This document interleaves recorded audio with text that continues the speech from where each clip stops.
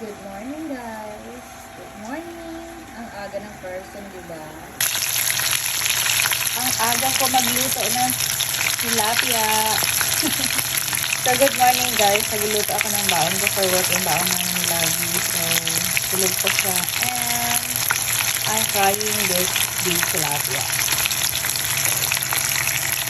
Ikot-ikot ko siya, guys. So, cornstarch with a little bit flour and black pepper and garlic powder, and then this is how it looks like para hindi na sumalsik-salsik.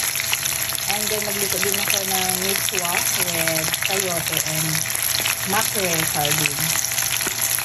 So this is miswa. Ayan, nag-ano na siya. This is miswa with sayote, and ginamit ko, guys, yung ano pala, mega pala siya, guys. Ayan, masarap to.